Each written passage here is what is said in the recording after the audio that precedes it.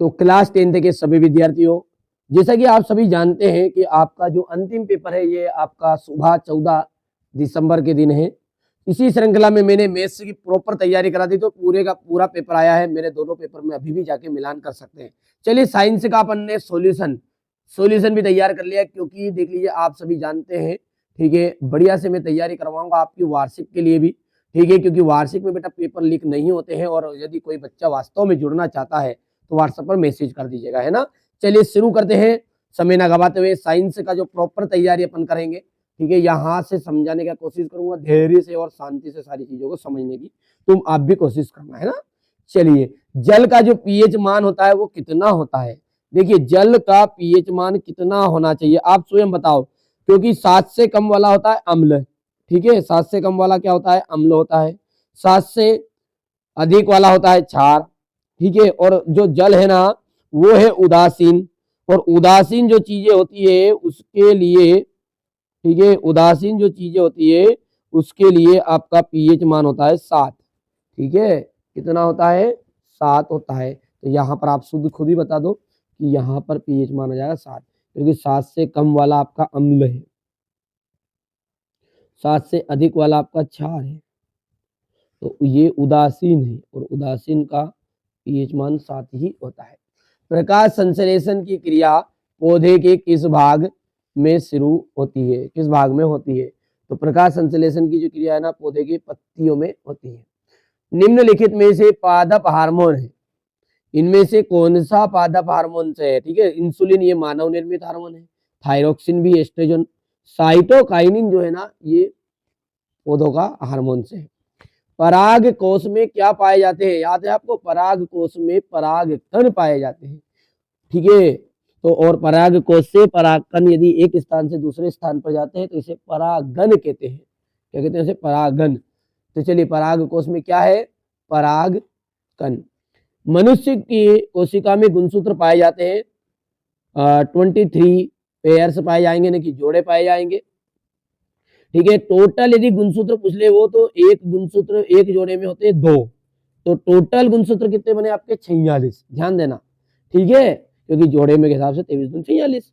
Lens की जो क्षमता है उसका एसआई मात्रा क्या है, बहुत इंपॉर्टेंट है ना। वो एनुअल के लिए आप बिल्कुल समझ लीजिए, एनुअल के लिए नोट करके रख लीजिएगा, डाईऑप्टर है, डाईऑप्टर, ठीक है। चलिए, यहां से अपन बात करें तो पीएच वैल्यू है इसकी 7। ये आपका दूसरा जो रहेगा वो रहने वाला लीप, ठीक है। यदि हम आगे की बात करें तो यहां से आपका हो जाएगा साइटोकाइनिन, ठीक है। और अगला है आपका पोलन ग्रेन्स, और 23 पेयर्स इंग्लिश मीडियम वालों के लिए, और डाईऑप्टर यहाँ से आंसर ठीक रहने वाला है।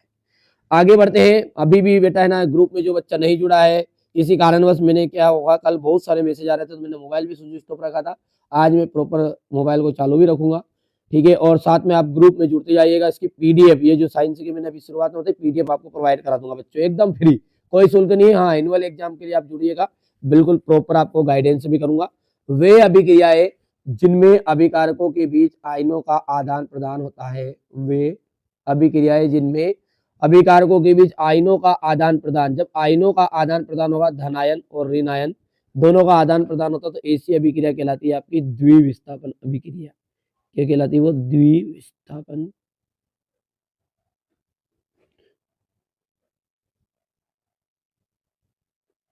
अभिक्रिया। आधात्विक ऑक्साइड प्रायः होते हैं, तो आधात्विक ऑक्साइड प्रायः अम्लीय होते हैं, ये होते हैं आधात्विक ऑक्साइड प्रायः अम्लीय होते हैं। अधातुएं प्रायः विद्युत की कैसी होती है, तो कुचालक होती है। अधातुएं विद्युत की कैसी होती है, कुचालक, ध्यान रखना है ना। यदि पूछ ले धातुएं, तो धातुएं जो होते हैं वो सुचालक होंगे। इसी तरह यहाँ पर भी आधात्विक ऑक्साइड तो कैसे है, अम्लीय है, लेकिन धात्विक ऑक्साइड, धात्विक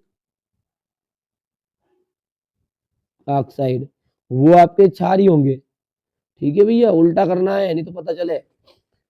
अब आगे देखिएगा, तंत्रिका, तंत्र की प्रमुख इकाई, तंत्रिका, तंत्र की जो प्रमुख इकाई है उसे कहते हैं न्यूरॉन, और दो तंत्रिकाओं के बीच जो स्थान होता है ना उसे सिनेप्स कहते हैं। ये भी बहुत पूछा जाता है, दो तंत्रिकाओं के मध्य जो रिक्त स्थान होता है उसे कहते हैं सिनेप्स। मनुष्य में जनन होता है, देखो मानव में जो होता है नर और मादा दोनों के कारण संतान पैदा होती है, यानी कि इसमें लैंगिक जनन होगा, और लैंगिक जनन में नर और मादा दोनों की जरूरत होती है, ठीक है। और जिसमें ऐसी जो पेड़ पौधों में पाया जाने वाला जनन है वो आपका अलैंगिक जनन कहलाता है। प्रतिबिंब की ऊंचाई और बिंब की ऊंचाई के अनुपात को अपन आवर्धन नाम कहते हैं। हो गया। चलिए यहां से अपन बात करें ये बात, ठीक है। यदि किसी बच्चे ने अभी तक ग्रुप में नहीं जुड़ा है तो जरूर जुड़ जाइएगा। एक बच्चे ने अभी मैसेज किया कि सर मेरे को ग्रुप में जोड़ दीजिए, ठीक है, यहाँ पर है, मैं देख रहा हूँ व्हाट्सएप में, ठीक है। तो ये बात सारी के सारे बच्चे जुड़ जाइए, प्रॉपर गाइडेंस दूंगा, मैंने कहा ना, ठीक है। आप तैयारी करिए बस, है ना, केवल और केवल तैयारी करिए, मैं आपके साथ खड़ा हूँ। वार्षिक परीक्षा में बेटा कोई पेपर लीक नहीं होता है, ना मैं लीक करूंगा ना कोई जमाने में लीक होगा। तो मैं प्रॉपर गाइडेंस दूंगा, 6 तरह के मॉडल पेपर अभी से प्रोवाइड करवा दूंगा। चैनल के साथ जुड़े रहिएगा। ग्रुप में मैं एप्लीकेशन भी अपनी पर्सनल एप्लीकेशन पर पढ़ाऊंगा वह सारी चीजें, है ना। चलिए जुड़ जाएगा ग्रुप में। नेफ्रॉन, जो नेफ्रॉन है, यदि अपन नेफ्रॉन की बात करें तो वृक्क की संरचनात्मक इकाई को अपन नेफ्रॉन कहते हैं, वृक्क की संरचनात्मक इकाई। तो यहाँ पर आपका पहला हो गया ये, ठीक है, संरचनात्मक इकाई। हाइड्रा में जो जनन होता है, हाइड्रा में जनन कलिकायन या मुकुलन होता है, क्योंकि कलिकायन मुकुलन ऐसा जनन होता है जिसमें जो जनन की ऐसी अवस्था होती है जिसमें मुकुल या उभार पाए जाते हैं। और वो जो मुकुल और उभार है, जैसे अपन बोलते हैं ठुस्सा, थोड़ी बहुत चीजें जैसे नई पत्ती फूटे ना, तो वहां पे जैसे भेड़ा टाइप रहते ना, उनकी बात चल रही है, तो वहां से एक नया जीव का उत्पन्न होता है, उसे कहते हैं कलिकायन मुकुलन। अनुवांशिकी के जनक कौन है? तो अनुवांशिकी के जनक है आपके ग्रेगर जॉन मेंडल। अपसारी लेंस, देखिए अपसारी लेंस होता है अवतल, और अभिसारी, ध्यान देना, अभिसारी,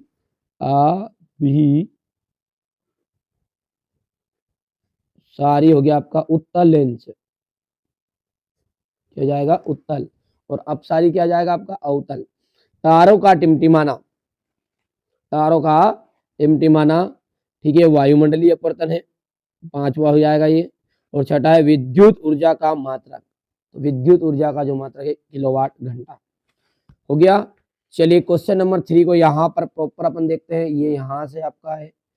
चलिए हमारे इंग्लिश मीडियम वाले बच्चों के लिए भी भर देता हूँ मैं।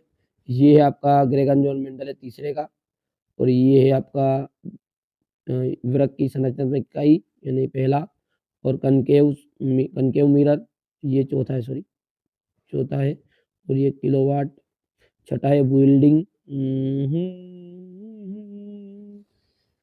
ठीक है, मेरे बाबू ने खाना खाया नहीं खाया? खा लेना, है ना, अभी भी मौका है, बिल्कुल। आप तो रोटियां खाओ, आराम से खाना खाओ, उसके बाद में बैठो यार पढ़ने के लिए, अभी इतनी भी जल्दी क्या है।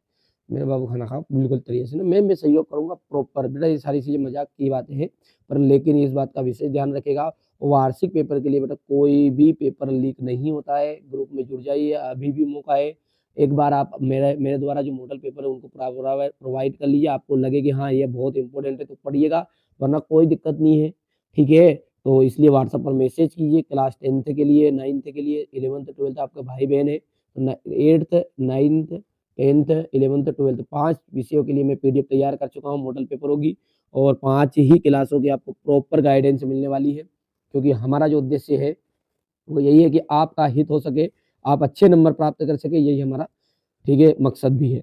लोहे पर जंग लगना किस प्रकार की अभिक्रिया है? तो लोहे पर जंग लगना जो है संक्षारण अभिक्रिया है। क्या है? संक्षारण अभिक्रिया। उष्मा की 2 सुचालक धातुओं के नाम बताइए, लिखिए। तो उष्मा की 2 सुचालक धातु है सिल्वर और कॉपर, Ag और Cu। गलती से मैंने ये दूसरे का आंसर यहाँ पे है, ये Ag और Cu, ठीक है। यहाँ से अपन बात करें अग्नाशय में किस हार्मोन का स्त्रावन होता है? अग्नाशय में होता है इंसुलिन हार्मोन, इंसुलिन हार्मोन। मानव जनन में शुक्रजनन की क्रिया कहाँ होती है? तो वृषण में होती है।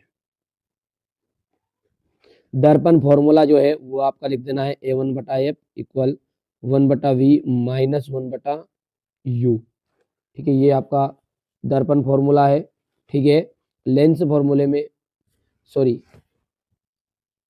देखिए ये मिस्टेक हो गई मेरे हाथ से ना, बेटा दर्पण फॉर्मूला जो होता है ना प्लस होता है, कंफ्यूज होता है कभी कभी इसमें भी। लेंस सूत्र जो होता है ना वो ऋणात्मक होता है ना। श्वेत प्रकाश के विक्षेपण में किस रंग के प्रकाश का विचलन सर्वाधिक होता है? तो बैगनी, बैगनी रंग का सर्वाधिक आपका क्या होता है? सर्वाधिक विचलन होता है। तो बैगनी एकदम राइट आंसर हो जाएगा। हो गया इतना। चलिए आगे बढ़ते हैं। यहाँ पर अपन देखते हैं क्वेश्चन नंबर 4 को। तो ये आपका इंग्लिश मीडियम वाले बच्चों के लिए रहेगा, ट्रांसलेट कर लीजिएगा, ठीक है। देखिए मनुष्य एक सर्वाहारी जीव है क्या? तो मनुष्य जो है ना मांसाहारी जीव है, ये ऑप्शन में दिया है मांसाहारी, ठीक है। लेकिन जो मनुष्य होता है ना वो आपका सर्वाहारी जीव है। सर्वाहारी मतलब कभी तो ये, ठीक है, कभी तो ये भाई साहब भगत बन जाएगा, रात में ना बिल्कुल मुर्गा तीतरा खाएगा, सुबह भगत बन जाएगा, तिलक लगा के उस भगवान के मंदिर में जाएगा। विभवांतर का जो मात्रक है, विभवांतर का मात्रक है वोल्ट, तो वोल्ट है, तो बिल्कुल सत्य बात है। निकट दृष्टि दोष को दूर करने के लिए अवतल लेंस का उपयोग किया जाता है। देखिए ध्यान देना है ना, निकट दृष्टि जो दोष है उसके लिए अवतल, और दूर के लिए आपका, दूर के लिए देखिए इसमें वर्ण ढूंढिए कितने अक्षर है, 1 और 2, तो इसमें आपको है ना उत्तल लगा दो, 3 अक्षर उत्तल। और दूर दृष्टि सॉरी निकट है, निकट, निकट में कितने अक्षर है? 1 2 3, एक अक्षर बढ़ाना है, एक अक्षर बढ़ेगा तो कितना बन जाएगा? अवतल, 4 बढ़ जाएगा। पढ़ गई बात, क्योंकि दूर 2 है तो कितने वाला? 3 वाला, और 3 है तो 4 वाला, बस इतने को दिमाग में बिठा लेना है ना। तो यहाँ पर निकट दृष्टि दोष को दूर करने के लिए अवतल लेंस का उपयोग किया था, बिल्कुल सत्य बात है। सोडियम एक अतिक्रियाशील धातु है, तो सोडियम जो है आपकी, ठीक है, एक अतिक्रियाशील धातु है, बिल्कुल राइट बात है। कुलाम विद्युत आवेश का मात्रक है, तो कुलाम विद्युत आवेश का मात्रक है, सत्य है। सल्फ्यूरिक अम्लों के तनुकरण में उष्माशोषी अभिक्रिया है, ये आपका असत्य रहने वाला, क्योंकि ये कौन सी अभिक्रिया है आपकी? उष्माक्षेपी अभिक्रिया है। कौन सी है? उष्माक्षेपी अभिक्रिया।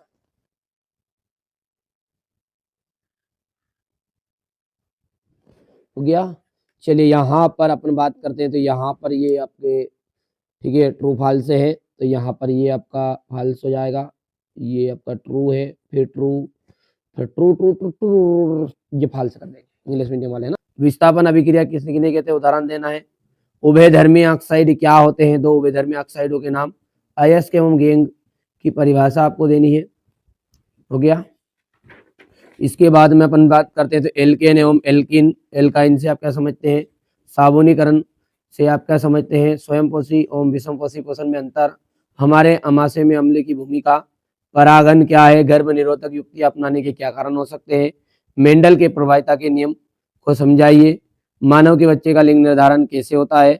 लेंस की क्षमता का से आप क्या समझते हैं? उत्तल दर्पण की फोकस दूरी ज्ञात कीजिएगा।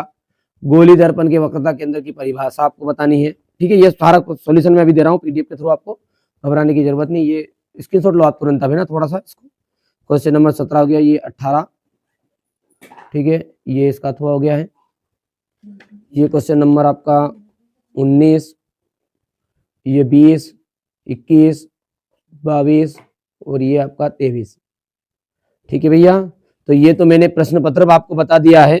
इसके सॉल्यूशन की बात करें तो यहाँ से इसका सॉल्यूशन आप बढ़िया से प्रॉपर तरीके से कर सकते हैं। थोड़ा सा बड़ा कर देता हूँ, ये देखिए। विस्थापन अभिक्रिया किन्हें कहते हैं? हो गया। निम्नलिखित पदों का वर्णन कीजिएगा। संचारण और विकृत गंधिता।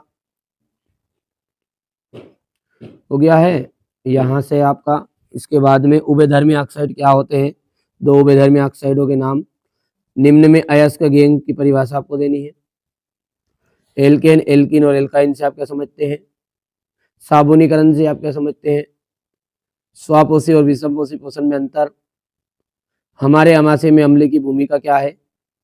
परागन क्या है? हो गया इतना। इसके बाद में गर्भ निरोधक युक्ति अपनाने के क्या कारण हो सकते हैं? मेंडल का प्रभाविता का नियम समझाइए। मनुष्य के बच्चे में लिंग निर्धारण कैसे होता है? ये देख सकते हैं आप यहाँ से। हो गया। इसके बाद में लेंस की क्षमता का से आप क्या समझते हैं? इसका मात्रक, ये यहाँ से देख सकते हैं। इसके बाद में गोली दर्पण की वक्रता केंद्र की परिभाषा, समतल दर्पण की 2 उपयोग, सारी चीजें मैं प्रोवाइड करा रहा हूँ। अच्छा, अभी तक आप एनुअल एग्जाम के लिए ग्रुप में नहीं जुड़े, मैं बार बार हर वीडियो में कह रहा हूँ, इसलिए कह रहा हूँ कि कोई बच्चा छूट ना जाए, अभी भी मौका है। जुड़ जाइए ग्रुप में, ठीक है। तो मैसेज कर दीजिएगा, व्हाट्सएप पर कर दिया है तो कोई दिक्कत नहीं है, और नहीं किया तो जरूर अभी करिएगा व्हाट्सएप पर मैसेज। नंबर कहाँ पर मिलेंगे, डिस्क्रिप्शन में नंबर है, कहीं पे जाने की ढूंढने की जरूरत नहीं है ना। चुंबक के निकट लाने पर दिक्सूचक की सुई विक्षेपित हो जाती है। किसी क्षण चुंबक के चारों ओर चुंबकीय क्षेत्र रेखा है, ठीक है। दिष्ट धारा के दो स्रोतों के नाम बताने हैं आपको। उत्पादक किन्हें कहते हैं, उदाहरण देना है। आहार श्रृंखला और खाद्य जाल में अंतर। ऊष्माक्षेपी और ऊष्माशोषी क्रिया में आपको उदाहरण सहित बताना है। यहाँ से उन वियोजन अभिक्रियाओं का एक एक उदाहरण दीजिए, ठीक है। तंत्रिका कोशिका का न्यूरॉन का नामांकित चित्र। यहाँ से देखिए निकट दृष्टि दो, दूरदृष्टि दो, दूरदर्शिता किसे कहते हैं, ये हो गया इतनी चीजें। चलिए इसके बाद में अपन प्रकाश के अपवर्तन का नामांकित चित्र, ये हो गया है, ठीक है। इसके बाद में अपन यहाँ से देख सकते हैं धोने का सोडा और बेकिंग सोडा के दो महत्वपूर्ण उपयोग, ठीक है। बेकिंग सोडा के उपयोग आपको बताने हैं। उदासीनीकरण अभिक्रिया को उदाहरण सहित समझाना है। यहाँ से अपन देखते हैं तो साबुन और अपमार्जक में अंतर, थोड़ा छोटा करना पड़ेगा, ये हो गया। मेथेन और कार्बन डाइऑक्साइड दोनों की इलेक्ट्रॉन बिंदु संरचना बतानी है। मनुष्य के उत्सर्जन तंत्र का नामांकित चित्र। वायवीय और अवायवीय श्वसन में अंतर, ठीक है। तो ये सारी चीजें मैंने आपको प्रोवाइड